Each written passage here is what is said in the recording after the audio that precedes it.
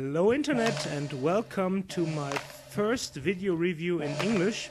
I recently figured out that most people on this planet speak English. I usually do these in German, but since I'm trying to expand my viewership, I'm giving it my best shot. Just let me know in the comments if this sucks, and if you can't understand what I'm saying, then I'll stop. Today I want to talk to you about a little game called London 2012. Which is an Olympic simulation, and in my opinion it's the second best Olympic simulation ever released. Let me show you real quick which I consider to be number 3. It's this one called Decathlete. I actually have the American version. Here in Europe I think it was called Athlete Kings. Great game, really funny and great gameplay, but sadly it only had a 2-player mode, and games like these are actually made to be enjoyed by more than 2 people, so this only ranks number 3 in my opinion. Luckily, Sega learned from their mistakes, and a little while later they released Winter Heat, which is my favorite Olympic Games simulation of all time. It does feature a 4-player mode, and it's weird to me that I really dig a Winter Games simulation, because let's be honest people, Olympic Winter Games are just like 40 different ways of sliding on ice, and it's just really hard to make that interesting in form of a video game. But still, Sega did pull it off.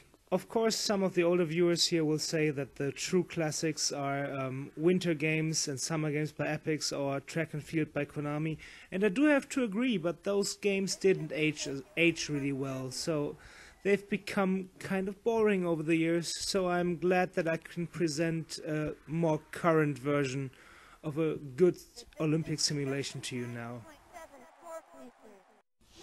As you might be able to guess, London 2012 was the official game for the Olympic Games in London in the year 2012. Kinda easy to figure out. Took me a while. So, back in the day, Sega had to deal with a weird situation. They had this deal with Nintendo to release a Mario and Sonic game for the Olympics, but they also had the license for other consoles, and because Mario could never appear on an Xbox 360 or PS4, they actually made a second game. They programmed 2 for the same event. And I was rather surprised, since I'm a huge Mario fan, that I actually enjoyed London 2012 a lot more than I enjoyed the Mario and Sonic at the London 2012 games. The reason for that is because these Olympic Games feature a lot of different events and disciplines. I was actually amazed to read on the cover that they featured like 45.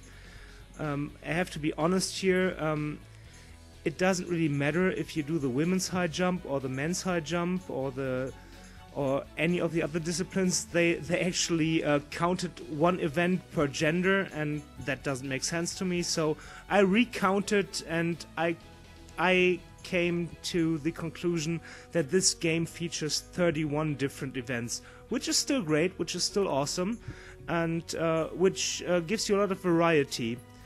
Okay, let's take a look at the gameplay real quick, because let's be honest here, it doesn't really matter if you have a lot of different mini games, if all of them play the same, but luckily Sega managed to give us very different challenges here, and some of them are basically taken from the classic way of doing it, like just push a button as fast as you can, for example the 100 meters plays that way.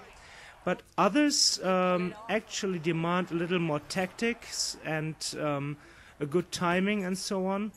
And I was amazed to find out that there's basically at least one challenge that any person can be good at. For example, I'm a huge fan of first-person shooters. And while playing London 2012, I basically found out that I was pretty much unbeatable when it came to the shooting games. Not only the bow and arrows, the archery that we see here, but especially the rapid rifle shooting. Because if you honed your skills in first-person shooters, you can pretty much beat anybody here who hasn't. And that's a really interesting aspect of the game, that it basically demands such different skills from you. And so it's possible to master one game and get really, really good and keep working on your other skills. For example, as I mentioned before, timing can be important, being really fast in pushing the button, and a lot of other things. So let's take a look at the different modes this game offers. And of course there's the Olympic Games mode, which is the centerpiece of the whole game, and which allows you to go through qualifying rounds and then the actual events, win medals, advance through all of the disciplines this game has to offer. And it's really a really good mode, in my opinion. I really enjoyed it because it gives you a challenge, a good single player challenge, which lasts a while. I mean, it takes you a couple of hours to go through this, and I was actually surprised to find something like this in a game which you would usually consider to be an absolute multiplayer event or absolute multiplayer game. So this was enjoyable to me. The one thing I didn't get was that it only allowed you to go ahead with one person. They should have made this one an event which could be enjoyed with at least 2, maybe 4 players. But oh well, I was equally amazed and disappointed by this mode, because it's a really good challenge if you're alone at home, but it kind of sucks because you basically they threw away a chance to make it an amazing multiplayer experience. But oh well, there is a couple of multiplayer modes and they're all good. The main problem with the Xbox Live mode is, as it happens so often these days, it's that it has been abandoned by the community. Whenever a game which isn't like super popular reaches a certain age, there's nobody online playing anymore. And the same is true for London 2012. Luckily, there's enough other modes to keep you occupied when you're playing with your friends. There's also challenges in which you play cooperatively to reach a certain number of points and basically that allows you to unlock the next challenge, which is really satisfying in a way and really fun. Of course, you can also create your own Olympic Games and just pick a couple of events that you all want to participate in. Nice try. And you might as well pick single events if you want to train for something, like be it javelin throwing or high jump or whatever. Basically, what you need to enjoy this game is a couple of friends who are willing to come over to your place, who are willing to put a lot of time into it and really, yeah, basically are willing to really get into this game for a long time, because the longer you play this, the more fun it is.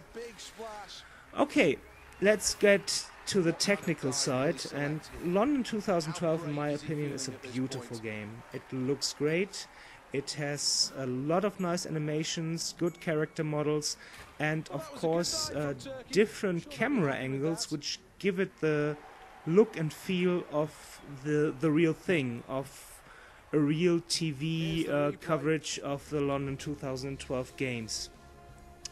And also it does feature 3D if you want to check that out, and it has a couple of Kinect events which kind of suck, so I won't go into that. And of course a great British commentator. Oh, we're almost at the end. I need to finish this real quick since this is in German. Okay, the disciplines are really diverse, really nice, a lot of fun. A lot of disciplines, great multiplayer, nobody needs the Kinect events, and it has been abandoned by the Xbox Live community. I rate this game 8.0 out of 10, a true hidden gem. Go out and get it if you enjoy sports games, because it will only set you back about $5 or $10, really cheap. and it's a lot of fun to play in multiplayer. So I hope you had fun, hope you enjoyed the video, and please leave your comments below. I'm looking forward to them. See you around. Bye.